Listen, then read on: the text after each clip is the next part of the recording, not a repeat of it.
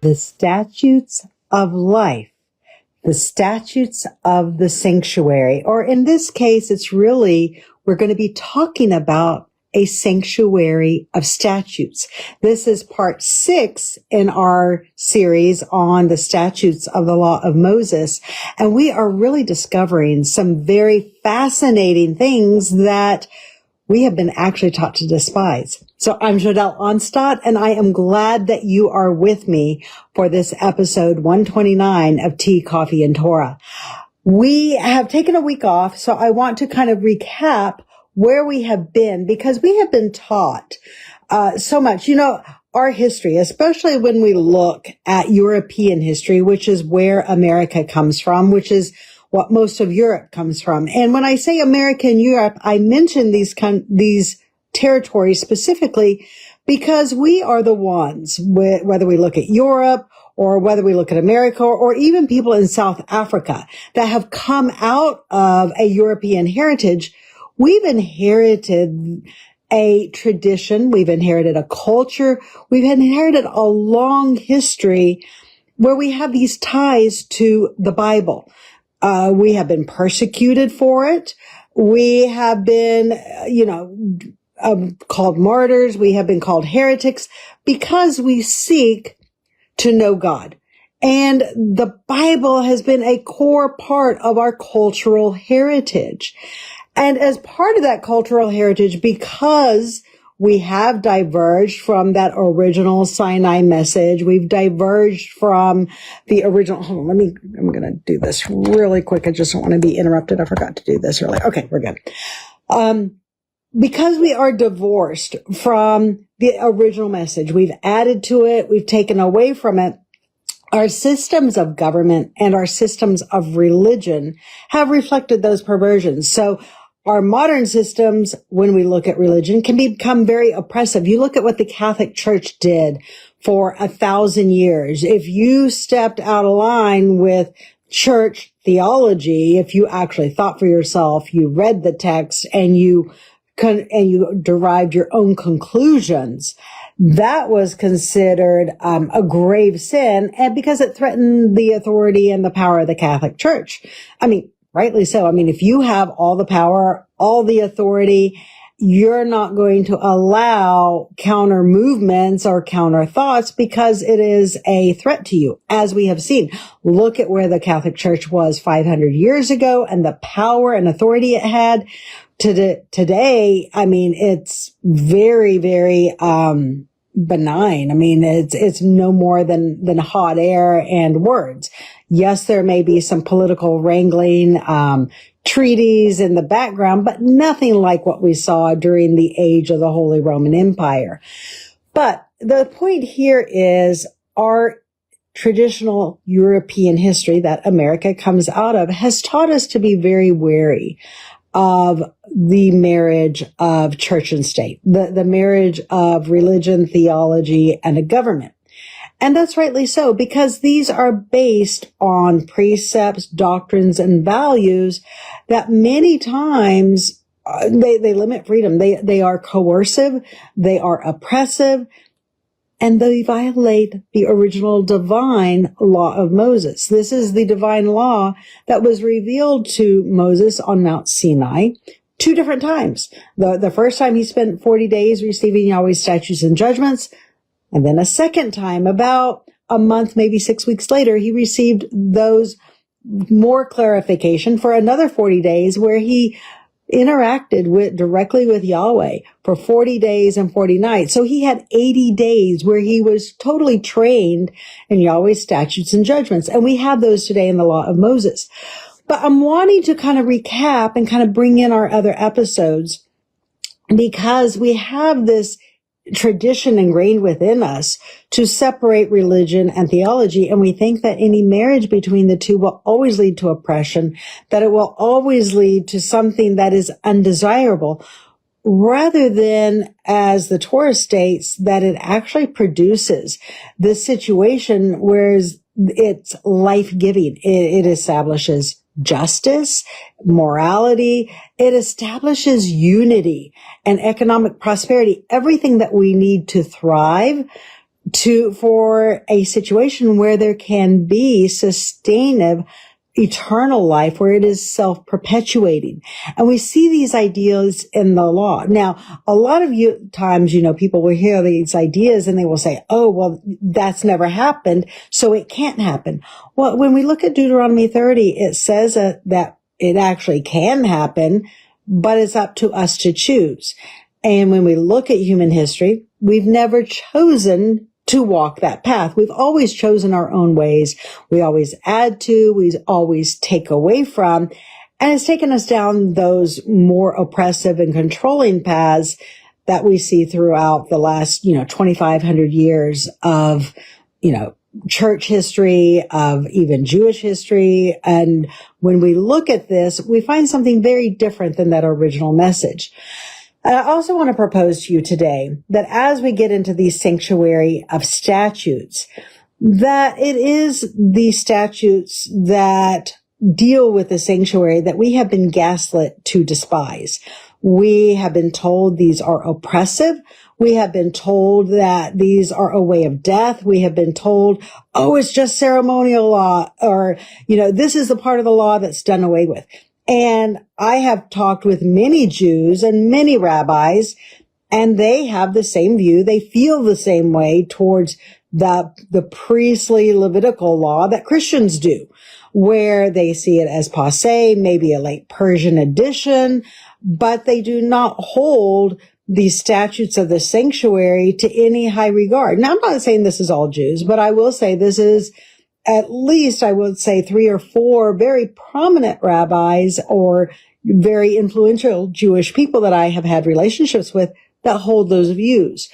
And this is unfortunate because it is actually the sanctuary of statutes where we find the most definition for government and theology, government and religion. They are tied to the sanctuary of statutes. And we find that these statutes are preventative in every way. They prevent disease, civil strife, foreign invasion. They enable economic strength and prosperity, as well as national unity and identity. But we've been taught to despise these because we want to separate these from the rest of the law of Moses and say, oh, this is just ceremonial law. Oh, this is just cultic tradition, as though there's no deeper meaning, as though there's no further reason for it. But it's actually these statutes tied to the sanctuary where we find the most life. We find the most ideas that engender life. Now, let me also point out that we've seen previously that leadership in Israel was divided. You had your tribal leaders, and in your tribal divisions, you had leaders of 10s, 50s, 100s, thousands. And then probably as Israel's population grew, you would have had 10,000s, maybe 50,000s, and then 100,000s. So you have this tier and ranking of authority within Israel, so that your leadership, if you had a question, whether it was a religious question or a legal question, you had somebody in your tribe right there, trained by the Levites, who could answer it. So that access to some sort of resolution was never far away. But it was the Levites' job to train the tribes. The Levites had the authority, they had the commission, they had the charge, which we're going to kind of get into it a little bit further today, of instructing the Israelites. The Israelites themselves did not have this charge, but it was the Levites who were separated from the Israelites. They had the charge of instructing Israel's population and her leaders in the way of Yahweh, to maintain justice and judgment, as well as the theology of Israel's society, to make sure that it was alive and it was active and it was relevant for every single generation. Also remember that Israel, when we speak of the law of Moses, the 10 Commandments that were given at Mount Sinai, those established the precepts. Unfortunately, today we do call those commandments as though the mitzvot are like these 10, right in stone, and that's all there is to them. The word for the commandments in Hebrew is actually davar, which means 10 words. And in Hebrew, that can mean the idea of 10 matters or 10 words. And the idea is they're not just simple words that are really confined. They're 10 ideas, 10 matters, or 10 categories of law. So Mount Sinai gives us the 10 categories of law, but then the divine law of Moses, which again was clarified with Moses, between Yahweh and Moses for 80 days at Mount Sinai, fill in the definition of how to apply. So that way, these are not just some high and mighty ideas of don't murder, don't steal, don't commit adultery, that have no teeth and where they're just theory and have no practical application. We find that the law of Moses gives us that practical application, which we've seen in previous episode. It tells us how to deal with violations. What do we do when somebody does commit a theft? What do we do when somebody does commit murder? Well, the law of Moses tells us how to deal with that. And it's more than just, it's more than just justice upon the land. It transcends where that government, that justice defines your theology. For instance, when it comes to murder, in some traditions, like when you look at Sharia law, you have one person can commit murder and their family is held accountable, or the entire community can be held accountable. In China, you had the extermination, although it wasn't used that often, but you could have one member of the family that offended the emperor, and 9 clans, 9, divisions of that family would be totally annihilated for the sin of one person. You have the same thing in Sharia law, where you have a particular family, one person commits an offense and that entire family can be wiped out. Or the converse, which Numbers disallows, which is where you can pay the ransom. You can pay the get out of jail fee to the family, where justice is never really upheld, but you get this because you've made some sort of monetary restitution to the family. There's no more life for life. And this perverts justice, because when life is no longer held sacred, as though you have robbed, and we've robbed a family, we've robbed each other, but we forget in murder, we rob God of somebody he has created. We rob God of an individual, a life, a soul that he has created to be on the earth. So we hold murder accountable because of the fact that it defines justice, and justice demands that there be accountability, and that preserves society. So Israel, this is where government defines theology. If somebody committed a murder, you couldn't hold their family or their clan accountable when you followed the Torah. And Torah is very clear. Justice is by he who commits the crime. And this separated a huge separation between Israel's theology and all the other nations, where there was this shared culpability, the shared responsibility. So again, here we have government defining theology. And this is why we have to be really careful with our modern ideas of separation of church and state. Because when we do that with ancient Israel, and this caveat, modern legal codes, modern theologies are corrupt. They're polluted. They are not pure. They are not holy. They are not divine. The difference with the Mosaic Code is that it is a divine revelation. It is something that all nation of Israel heard at Mount Sinai, and then again, Moses was clarified with Moses during those 80 days. So it is not common. It is not like our modern legal codes that have some errors, even though they may be really, really great and do a really great job, like the U.S. Constitution. They still lack that 10-20% to level them up to that position of perfection that we find in the law of Moses. We also talked about eternity clauses that some constitutions have throughout history. And an eternity clause is something that a national constitution has within it that prevents it from being altered by future generations, even if there's a supermajority. So this allows a stability in society because you can have a supermajority. You know, one of the hot topics that has come into play in American history since the 1990s has been the issue of eminent domain. This became an issue in the 1970s when you had a national highway system that transcended private property, and eminent domain was used in order to establish highways that could be traversed easily to connect the entire nation, especially as transportation and methods of transportation improved. So the Constitution, even though it protects private property, then there is this idea of the public interest. And eminent domain has been used legitimately. It's been used illegitimately. You know, one of the things that I always cite, you know, I am from Texas and I used to support God's team, you know, the Dallas Cowboys.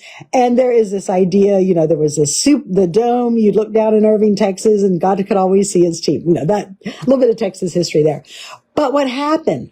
You have the Cowboys were very successful and they wanted a larger stadium. Well, a larger stadium and parking requires property. So what did the city of Arlington, Texas do? They go in, they eminent domain private property for a football stadium. These are people's houses, older retired people that are living on their land and they're being forced out of, you know, what their hands have produced. Some of these houses are paid off. They were from the 1930s and they were self-sufficient. And unfortunately what happens a lot of times, you know, according to Torah, if you were to use eminent domain, and even that would be controversial, you would have to pay 5 or 6 times the fair market value of replacement cost for that house in order to compensate for that loss of your land. But anyways, let's get back to this. I diverged a little bit. Private property was something that was a core Mosaic principle. It is key to divine law is individual property ownership. And that was something that the Torah protected. And that is why we have the eternity clause in Deuteronomy 4:2, 12:32, that you cannot add to or take away from the Torah. Because what happens? You can find, throughout history where you can have a supermajority that wants to erode personal property rights, you know, maybe switch that to big businesses or switch it to the Levites. It's not by accident. It was very purposeful that Yahweh, when he set up Israel's government, he invested a lot of power in the Levites, but their territory, the land that they could own, was very limited. Limiting land limited their power and authority. That's why they had no tribal heritage, because it kept their power that they could amass they just simply couldn't exceed those bounds because they didn't have the land by which to build a power base. And you see this in previous history, like especially in Ur, where Abraham had migrated from, where these temple estates had amassed huge power, huge authority, and they were these powerhouses that just bought up all this property land and basically dispossessed half of the population of Ur and Babylon to such an extent that people became migratory. They had no houses. And then the temples became these huge welfare states where people were given these little 8x8 rooms to live in. They had to perform basically slave labor for their sustenance. And it became a very oppressive society. But what enabled that? It was the land, the fact that the temples owned all the arable land. The temples produced the wheat, they produced the barley, they produced the wine. So it crowded out that private enterprise because that huge conglomerate corporation crowded out via monopolies. So the Torah totally thwarted against that by investing private land ownership. And the provision in Leviticus 25 is that the land can never be sold. It is always arable land that is passed down father to son, and in some cases daughter, when there were temporarily daughters, when there were no male heirs. But that protected the diversity of power and authority in Israel. And this is why we find eternity clauses where you cannot add to or take away from the Torah, from the written Torah, because of the fact that it will then weaken everything within Torah if it can be amended.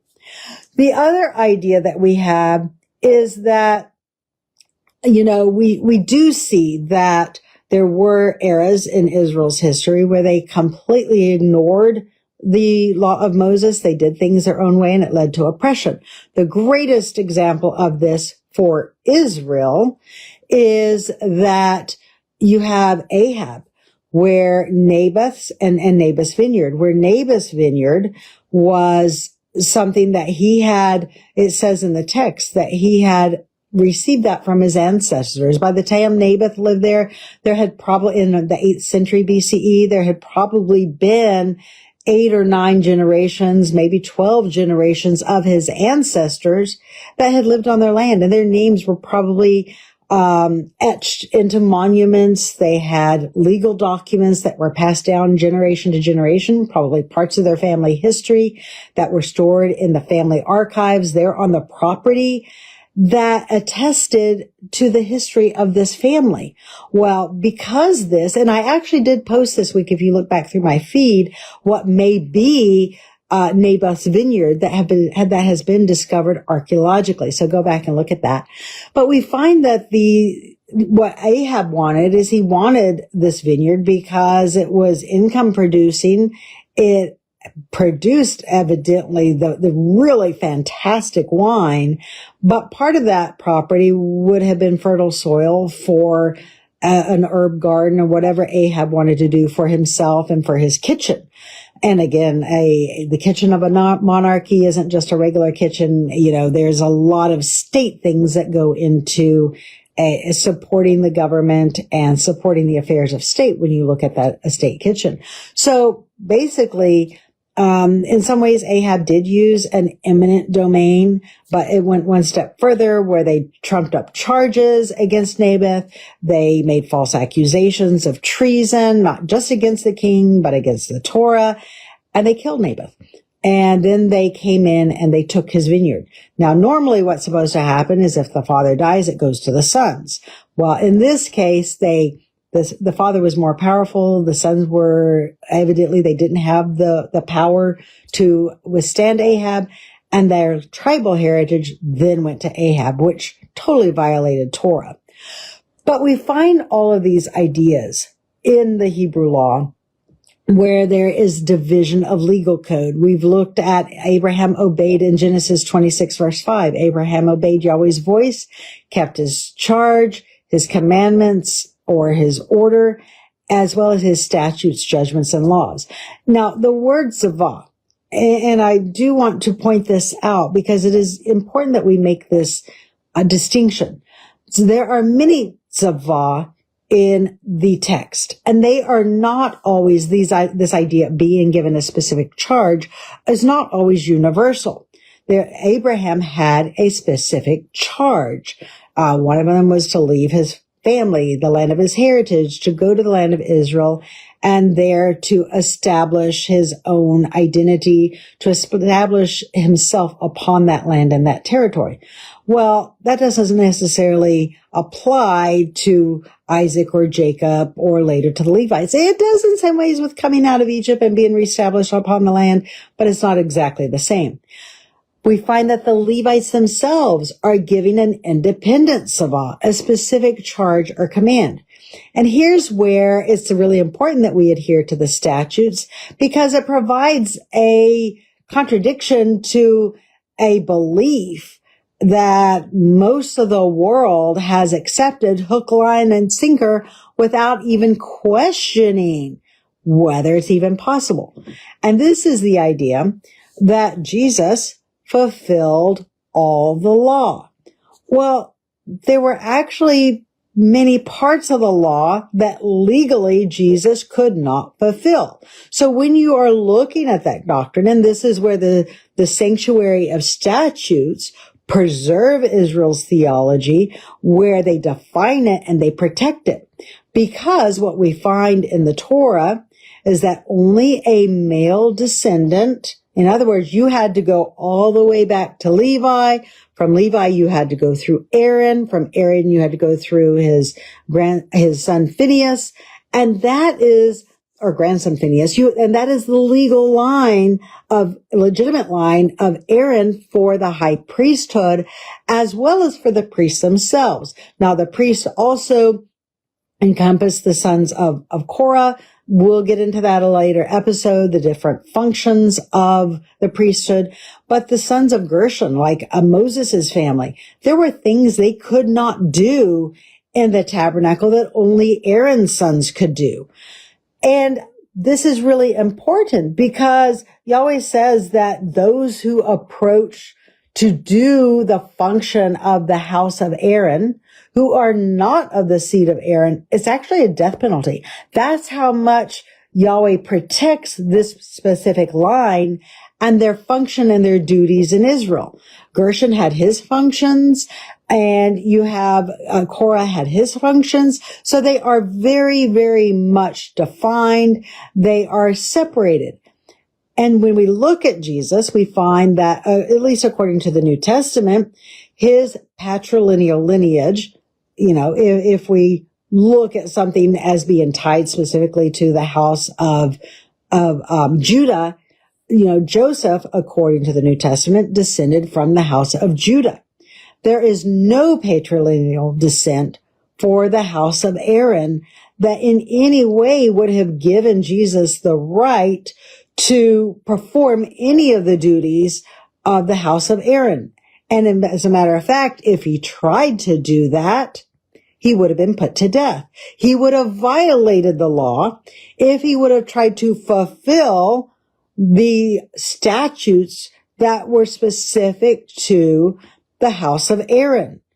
So it's really careful. You have to understand the statutes of sanctuary. And this is where those regulations of the sanctuary preserve our theology. And we can't just lump it all together and use a broad brush to just swipe our theology and say, here's all, the statutes of the law. He fulfilled them all. Therefore, the law is done away with. No, he legally could not fulfill the statutes that apply to the Levites because Jesus was not a Levite.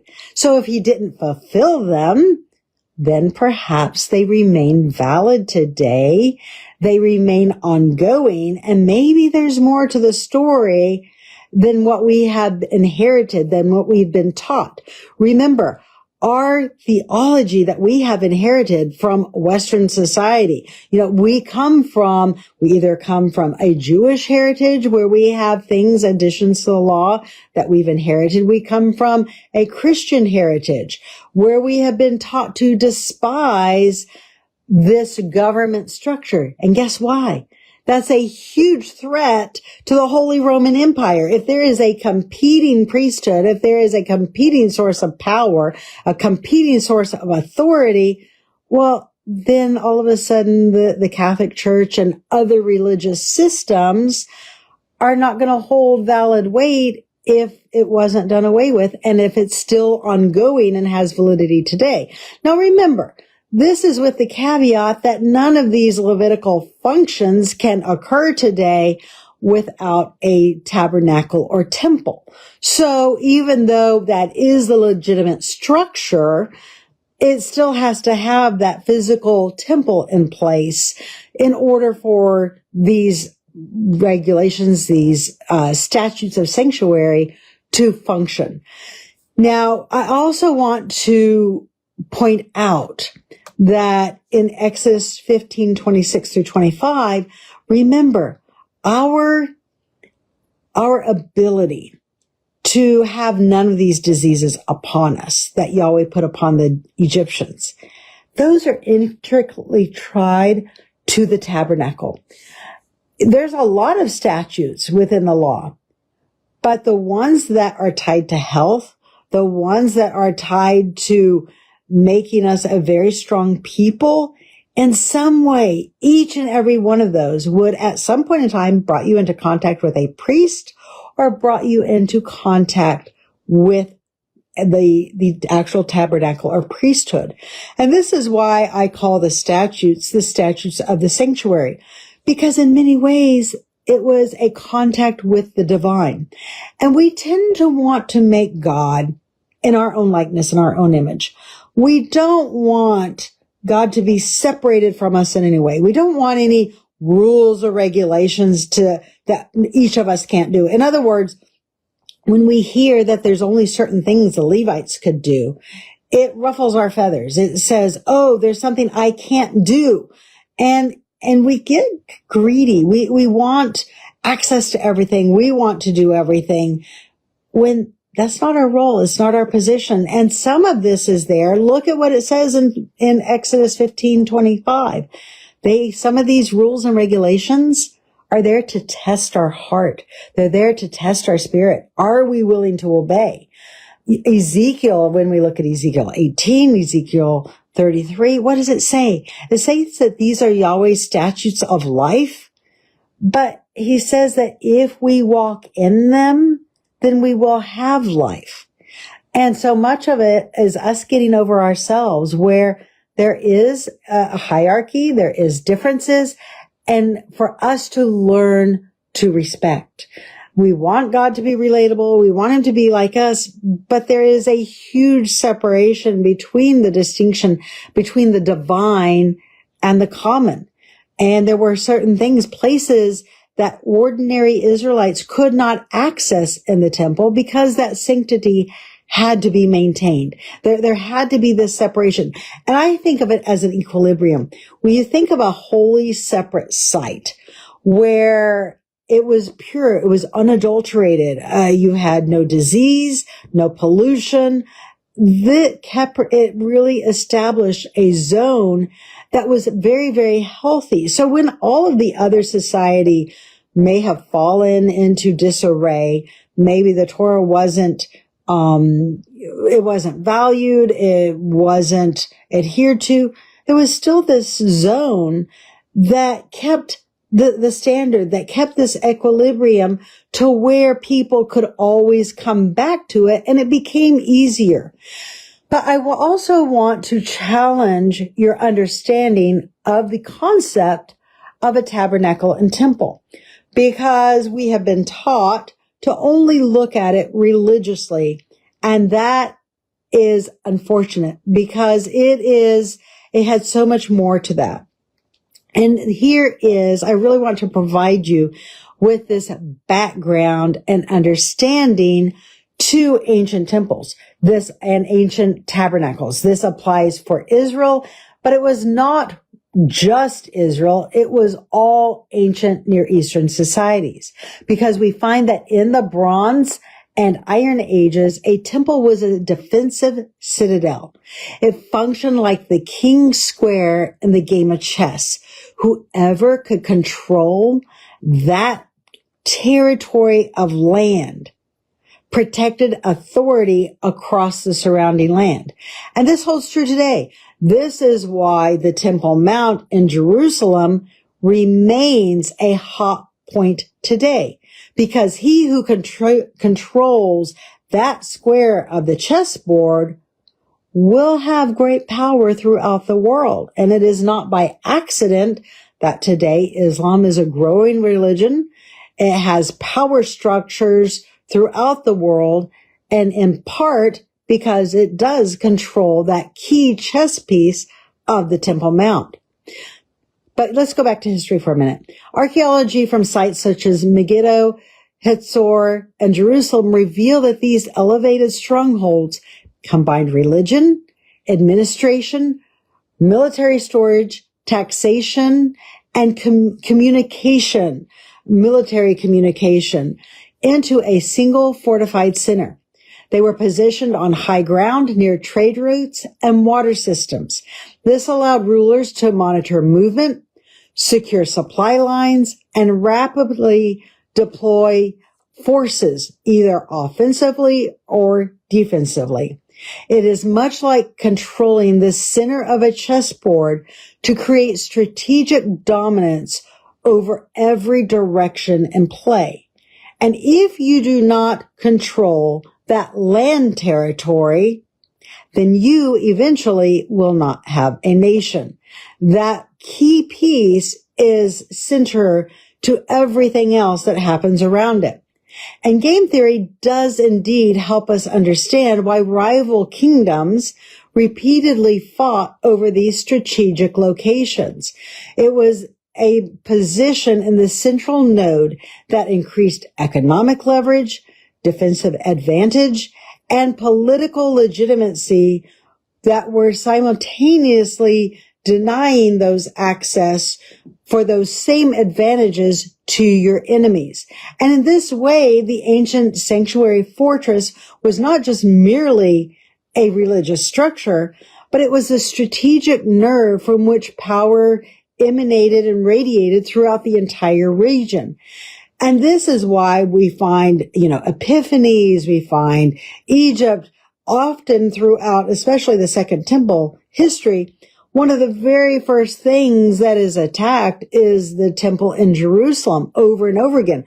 Remember, the initial cutting of the veil in the temple during the Second Temple period occurred by Antiochus Epiphanes in 168 BCE, 167 BCE. That's when the veil was rent by Epiphanes as he desecrated the temple. He set up the abomination of desolation in the courtyard and had Israel worship it. But why? Because control of that little teeny tiny 500 or 1,000 by 1,000 square meter of land had dire implications. If you can control that, then you're going to also be able to control Jerusalem, and your power is going to be asserted all over Israel's territory. And that is why it remains today a key portion of land. And this is why Jeremiah says that throughout history, those who try to control Jerusalem, it will be as a millstone. It will become a curse to them, as a millstone upon their necks, until the final restoration, where Yahweh restores a righteous kingdom and a righteous sanctuary and a righteous temple and a righteous government. We're not there yet, but we are. Every year we seem to be coming one step closer if we will continue to seek Yahweh and walk in his ways. But I also want to look at the application of the statutes of the law. So our very first understanding of a tabernacle and temple, understand that it is physical, it is military, it is political for economics, for a military stronghold as a citadel, as well as theology, because it does establish what is permissible theology for the land. So notice, we really have to challenge our inherited tradition of separation of church and state, separation of temple and state, because it's a marriage and one complements the other. It's not oppressive. It is, in fact, life-giving. They are statutes of life, as Ezekiel 33, verse 15 states. And when we look at these statutes, the other lie that we have been conditioned to accept is this idea that the statutes or commandments are monolithic. What this means is that we have been conditioned to think, and you especially counter this when you are getting into source criticism, whether it's the documentary hypothesis or other source criticisms of the text. We have been taught that a statute can only have one application, and that any other application is in error. So one of these is the Ten Commandments, where in Exodus 20, we are told to keep the Sabbath day holy because in 6 days Yahweh created the heavens and the earth and rested on the seventh day. While in Deuteronomy 5, we are told to keep the commandments because we were slaves in Egypt.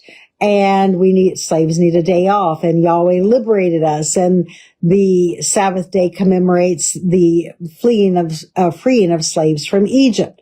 So some scholars say these are mutually exclusive. You can't have both of these at the same time. Well, can you? A text from the Dead Sea Scrolls for Deuteronomy 5 actually preserves a compilation where it states both at the same time within that reason to observe the Sabbath. It says, Yahweh created the Sabbath and, he created the earth in 6 days. He rested on the Sabbath, and we were slaves in Egypt. So you can have more than one reason for a particular statute or a particular command. They can be layered. And we're going to see this next week. Next week, we are going to get into a specific statute on Shavuot. Next Sunday is Shavuot. So I want us, and I find that of all the holy days, Shavuot is the most nebulous. It's the most misunderstood, but it's also a difficult one because it's layered through history. It has at least 3 distinct layers. That does not in any way undermine the statute, but it does provide a historical context. It shows us the historical reality of that statute and how it functioned once in the wilderness and then once in the land. And just because you celebrated it one way in the land did not eliminate the history that you had in the wilderness. It's just that history itself is a layered process, and it becomes richer with meaning. And those layers actually show the legitimacy of the text and the legitimacy of the history rather than challenging it. But the same thing with the statutes. A statute itself is not monolithic. It can have many different implications, and some of them are sub-objectives. So you can have a primary objective and then a sub-objective, and oftentimes you have unintentional consequences. But it's very interesting because the unintentional consequences in Torah are sometimes the more intentional implications for the actual instruction. For instance, Israel's morality code in Leviticus 18, Leviticus 19:20, where we find that certain relationships are prohibited. The primary objective of this appears to preserve healthy families. It comes back to, if you will obey the statutes and judgments I give you this day, I will put none of these diseases upon you. Well, what do we know? We know that marrying close relatives produces diseases. Muslim communities today are notorious for marrying their first cousins and even their second cousins. And what do we know? Well, there's a Bashi study from 1977. There's a more recent study from 1988 and 1993, where the primary scholars are Atzbal and his colleagues. And they focused on Muslim communities, but what they mainly focused on were these communities that married close relatives, where their children were first cousin marriages. And they found that IQs within these populations were 12, 17, 20% lower than the main population. They also had higher rates of disease. And what have we learned over the last 150 years? When you look at the Mendelssohn dominant recessive genes, we find things that where you marry close relatives, guess what? It ends in cystic fibrosis, sickle cell anemia, Tay-Sachs disease, congenital hearing loss, congenital heart defects, metabolistic disorders. Or metabolic disorders. There are so many diseases that occur due to marrying close relatives. So the primary purpose when we look at Leviticus 18 is community health. Same thing when it comes to same-sex relationships. What do we know? I have mentioned this before. In the 90s and early 2000s, all the way up to about 2014, when I did my study on whether or not the Torah was valid, and I was really, struggling with these issues, there was study after study after study that showed all of these diseases that are created by same-sex relationships. And I was astounded of the number of diseases that are transmitted, but also new diseases that are created. And there were probably 3-4 dozen scholarly articles that you could access free online that held all this information. But what happens around 2014, 2015, they were scrubbed from the web. You can no longer find those articles. So you're going to have some sort of institutional access. You're going to have to go to the physical journal to look up those articles. Those articles are still there, but it's really hard to access them and the studies and all of that information because it's no longer politically correct. So again, what we find is that the very primary reason for the morality code is to preserve the health of societies. None of the diseases of Egypt, and we do know that Egypt did marry their close relatives. But there's a sub-implication. Again, the statute is not monolithic. It has other implications. If the other one is psychological well-being of your society, where you become a very strong society.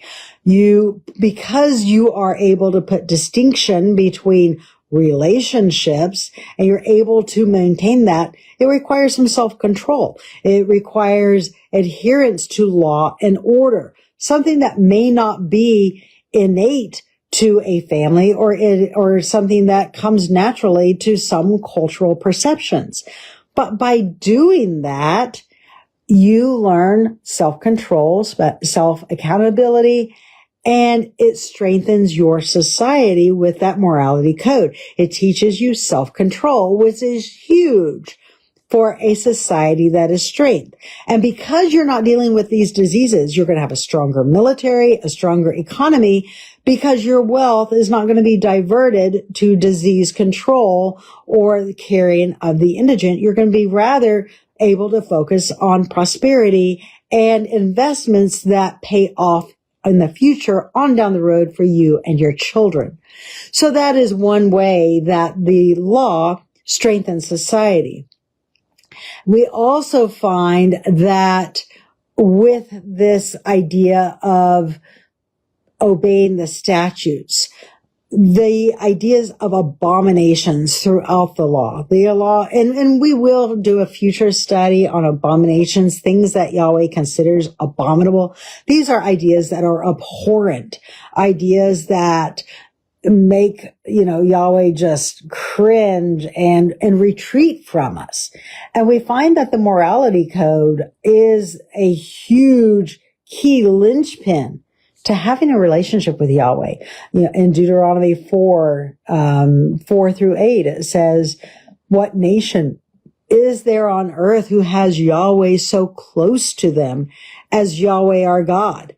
And it is those statutes adhering, because notice that the morality code is not specifically stated in the Ten Commandments. It is within the law of Moses, but it would fall under don't commit adultery, which in a broader category, a broader matter, would encompass moral relationships, and this is always sexual relationships, what is permissible, what is not permissible. So under that category, we're going to have Leviticus 18's morality code that makes us a strong nation, and it allows us to avoid those relationships that are abomination. Something that is abominable to Yahweh cannot be washed clean years later by just saying Jesus fulfilled the law.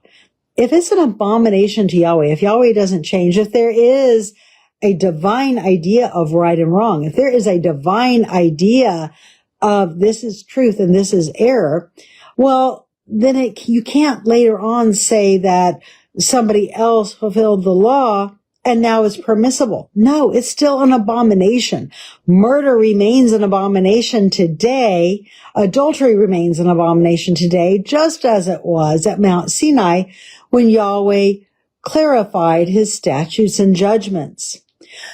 There are several functions that I would like you to kind of wrap your head around with this sanctuary of statute. Because, as I've mentioned in this episode, the sanctuary, its primary function, but remember it's not monolithic, is government. Its primary function is for a physical world, for a people living day-to-day lives, coming against obstacles, coming against military threats, coming against things for their economy. It was primary for living your day-to-day life. But then the sub-implication is that it defined your theology. So government first, and then the sub-implication is theology. So these are some things that the sanctuary of statute covers. Number one, it establishes a limited government with limited land resources. You couldn't just go out, buy new land, and extend your power, extend your authority. It was very, very much confined to what you could amass and what you could do. Number two, it established a center of accountability for upholding the law, upholding the Constitution and justice, so that when your local government failed, you could always appeal to the federal level, to the Levitical level, and seek righteousness and justice. For somebody like, say your local officials were corrupt, they had been bought off, or they had marriage alliances, they had maybe some sort of investment or business alliance that perverted their justice, or maybe it was just a weak administrator, and he could be easily subverted, and maybe didn't, have the best handle on things. Well, you could always appeal to the federal or Levitical side. It also established a way by which society could become right again. Forgiveness. When you brought your penalty, and I know and we'll get into this next time, modernly we have been taught to see the Levitical and the sacrificial system as primary religious. This is totally unfortunate. Israel was an agrarian society, and their income was primarily agricultural produce. So when it comes to paying a penalty for some crime you may commit, an agricultural product was the most benign, the least invasive, the least oppressive that you could do, because it was self-producing every spring. If you had propagated your cattle, if they had, mated, you were going to have calves in the spring. So you could bring that as a tithe or an offering. Same thing with your goats, your herds, your flocks. You were going to have barley or wheat, or some other grain that you were going to grow on your land that you could bring to the tabernacle to satisfy that penalty and to become right with God. It provided an equilibrium, a way by which you weren't always guessing, am I right with God? Am I forgiven? It always established an equilibrium for society so that if you sinned, if you departed, you could become right again. The other thing that the tabernacle established was set economic cycles. You had an economic cycle in the weekly Sabbath, an economic cycle with every 7 years, and then every 49th, 50th year jubilees. Because every society has economic cycles. We've seen this over and over again in America, where we will reach an apogee, will become really, really prosperous, and then boom, the bottom drives out. Whether it's the housing market, the real estate market, it is simply unsustainable. Well, when you can prepare for it, when you can predict those cycles, when you know they come at set intervals, you allow for a greater wealth, for a greater predictability, a greater planning and investment for those set cycles for your community. The other thing that the tabernacle does is it establishes this sacred zone where disease cannot enter it, where law and justice are the norm. And again, because this is a sacred zone that not everybody can trample upon with their, oh, this is my idea, this is your idea, but it's protected by the Levites. And some of the Levites are actually supposed to have very limited contact with outside society so that they're not, persuaded or they're not influenced by those factions among the people that want, a popular majority. What happens if you have all these corporations that get together and they want to buy these huge, tracts of land for data centers? They want to divert public electricity. I'm reading that I think it's Scottsdale, Arizona, that they are actually cutting off homeowners from access to power. And maybe this is fake news, but I do know that everybody's power is going up for data centers, but they are cutting off private access to electricity and diverting it to these data centers.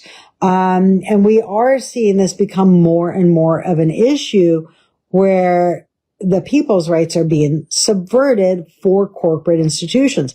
Well, who's to say, in Israel, you have this powerful corporate majority. They have a stake in these corporations and they want to subvert the priesthood to say, oh, let me have this. Let me gain access to this. Well, if they have an inwards with the priest and their influence is felt, then yeah, it can be perverted. So that's why it's very important that you have this sacred space where, at least theoretically, you can't have these perversions coming in. You can't have this influence in this space. It's free from pollution, free from religious pollution, free from physical pollution. And the tabernacle, again, establishes the beliefs about God, sin, atonement, and what Israel, and by extension, what humanity needs to do to live before God, to be saved in His sight, to be able to have that relationship. If Israel is to be this nation that says, what nation on earth has Yahweh so close to them, where He hears their call? We have to challenge our preconceived ideas of these statutes of the sanctuary, the statutes of the Levites, being simply ceremonial law, ceremonial regulations, because there is so much more to it than that. And as we continue our study, we're going to see that every single statute within the entire law of Moses at some point in time brought you into contact with a priest or the tabernacle or temple. Those statutes protected that contact with the tabernacle and temple so that outside ideas, outside ways of doing things, outside diseases or exposures were mitigated when you came in contact with that physical structure. And every single statute guarded and protected individual and community health. It was directly tied to none of these diseases. And this is why Ezekiel says, if a man will do them, he will live in them. And they do. King Solomon says, I think it's Proverbs 12:28, that when you walk in the way of Yahweh and in the statutes of life, he says it's a way wherein there is no death. Well, if it's a way there is no death, it implies that life will eventually become self-sustaining. Life will eventually become the norm rather than today where death is the norm. We live, now our length of our days are being increased again to 90, 100 years. I've mentioned before, Japan's one of their greatest economic battles and their greatest healthcare battles is that they have an aging population that is reaching 115 years of age. And so this becomes an issue for them because they're not, can't necessarily work. But the idea in Torah is that we're going to actually we'll be proactive, we'll have that strength and that endurance that promulgates eventually eternal life. But we're going to see in our next episodes how these statutes of the sanctuary enable that, how they become something that is life-giving. And we're going to continue to challenge our inherited ideas and beliefs. Next week, please join me for next Shabbat as we delve into Shabbatot, the meaning of Shabbatot, and why it may be one of the most meaningful holidays in all of the Torah. From my home to yours, Shalom.